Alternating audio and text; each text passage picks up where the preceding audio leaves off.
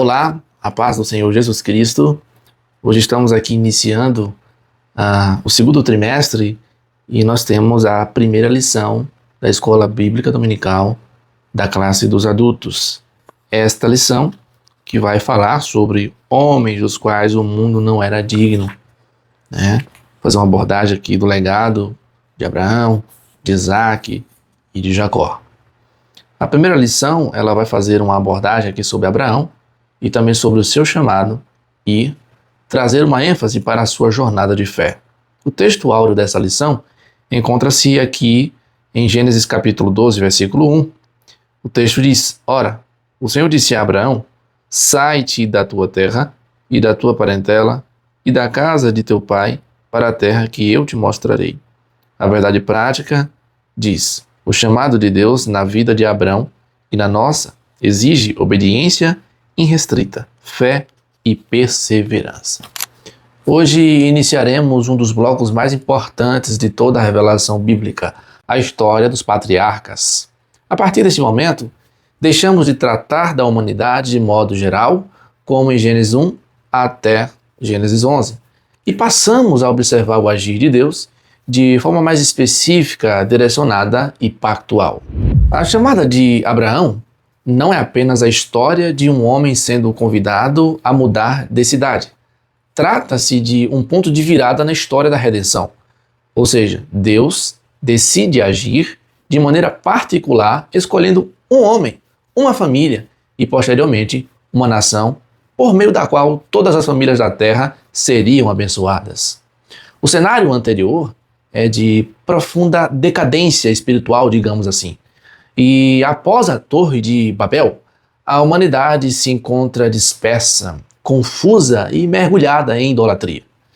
E é nesse contexto que Deus chama Abraão, ou seja, o chamado de Abraão não acontece em um ambiente favorável, mas em meio à corrupção espiritual. Aqui já conseguimos aprender algo muito profundo. Deus não chama homens perfeitos, nem espera condições ideais para agir.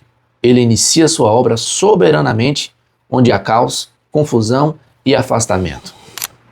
É interessante observarmos o texto, no versículo 1 do capítulo 12, que o Senhor disse a Abraão para sair da terra e deixar a parentela e da casa do pai para que fosse para uma terra que Deus ainda mostraria.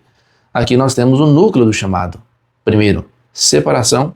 Segundo, promessa. Terceiro, um propósito. Antes de analisar o chamado de Abrão, precisamos entender de onde Abrão está sendo tirado. Aqui no primeiro tópico, quando Deus chama Abrão, ele vivia em Ur dos Caldeus, uma das cidades mais desenvolvidas da época, localizada na Mesopotâmia. Era um centro cultural, econômico e religioso extremamente avançado. Mas havia um problema. Era um ambiente profundamente idólatra. No livro histórico de Josué, no capítulo 24, versículo de número 2, o texto declara claramente que o pai de Abraão servia a outros deuses. Isso significa que Abraão não era originalmente um monoteísta fiel. Ele vem de um contexto pagão. Isso destrói uma ideia equivocada muito comum, a de que Deus escolheu Abraão porque ele já era espiritualmente superior, já que ele era pronto, preparado. Não, a escolha de Abraão é um ato soberano da graça de Deus, com um propósito redentivo.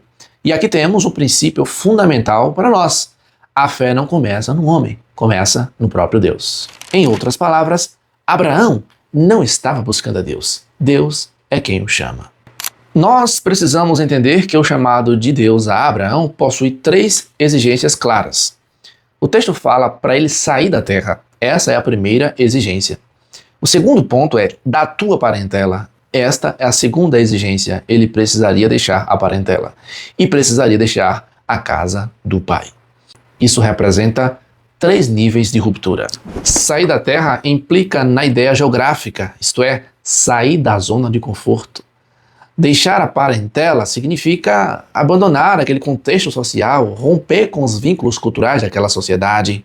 E também a questão familiar, que é romper com estruturas de identidade.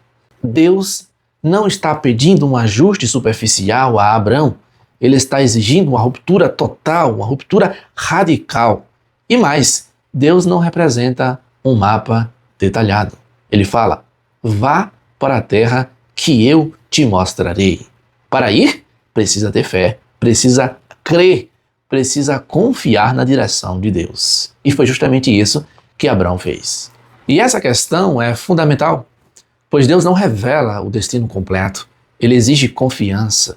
Ele exige que Abraão coloque o pé para que ele coloque o chão. Isso nos mostra que Abraão precisa acreditar totalmente na direção que Deus tem para a vida dele. Aqui fica para nós um aprendizado. A fé bíblica, ela não é baseada em garantias visíveis, mas na confiança no caráter do próprio Deus. Hebreus capítulo 11, versículo 8, afirma que Abraão saiu sem saber para onde ia. Aqui está a essência da fé.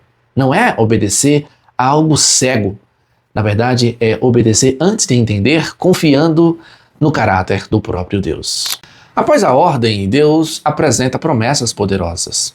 Farei de ti uma grande nação, te abençoarei, engrandecerei o teu nome, tu serás uma bênção, abençoarei os que te abençoarem, e em ti serão benditas todas as famílias da terra. Essas promessas não são apenas promessas pessoais. Na verdade, são promessas redentivas. A última promessa é a mais importante, que em Abraão serão benditas todas as famílias da terra. Aqui está o anúncio do plano messiânico. Ou seja, de Abraão vai sair o Messias. E Gálatas, capítulo 3, versículo 8, o apóstolo Paulo nos afirma isso. Ele afirma que Deus anunciou o evangelho previamente a Abraão. Ou seja, o chamado de Abraão já carrega em si a semente do próprio evangelho. Ou seja, Cristo está implicitamente presente nesse chamado. Em Gênesis capítulo 12, versículo 4, o texto diz que partiu Abrão, ele saiu, ele moveu-se como o Senhor lhe tinha dito. Isto mostra que a fé exige movimento. Simples, direto e profundo. Abraão não debate, não negocia, não questiona, não exige provas adicionais. Apenas se move, apenas obedece à voz de Deus. Isso confronta diretamente a fé moderna, que muitas vezes quer negociar com Deus, exigir sinais ou condicionar a obediência.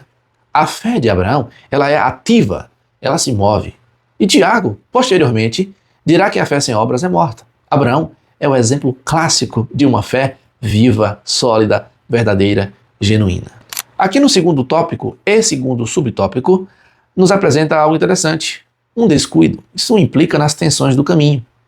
É importante entender, o chamado não elimina dificuldades. E logo após de Abraão obedecer, ele enfrenta fome. O versículo 10 nos mostra isso. E ele desce ao Egito e comete um erro grave ao mentir sobre Sara. Isso nos ensina algo essencial. O chamado não torna o homem perfeito. Abraão é um homem de fé, mas também de falhas. E o que é lindo nisso tudo é que Deus não esconde isso. Deus nos permite conhecer isso na sua própria palavra. A Bíblia é um livro muito honesto, irmãos. Além disso, isso nos livra de dois extremos. Não devemos idolatrar personagens bíblicos, nem tampouco desistir quando falhamos. Deus continua fiel, mesmo quando Abraão comete uma falha. E aqui cabe algumas aplicações profundas. Primeiro, Deus ainda chama pessoas hoje, mas o chamado continua exigindo ruptura. Continua exigindo essas tensões no caminho. Continua exigindo renúncias. Segundo, a fé não é um sentimento. A fé, ela é de fato uma decisão baseada na palavra de Deus, sustentada pelo seu caráter. Terceiro, nem sempre você terá todas as respostas, mas terá direção suficiente para obedecer em todo momento. E se seguir, será bem-sucedido e o nome de Deus será glorificado. Quarto, o chamado está ligado a um propósito maior, porque Deus não chama apenas para abençoar você, mas para fazer de você um canal de bênção. E quinto, a caminhada da fé inclui falhas, mas não é sobre perfeição, é sobre perseverança. Meus irmãos, o chamado de Abraão não é apenas um evento histórico, é um modelo. Deus chama, o homem responde, a história da redenção avança. A grande pergunta não é apenas Abraão obedeceu. A pergunta é, você está disposto a obedecer quando Deus chamar? Mesmo sem entender tudo? Porque a fé verdadeira não começa quando tudo faz sentido. Ela começa quando decidimos confiar, mesmo quando ainda não vemos o que está por vir.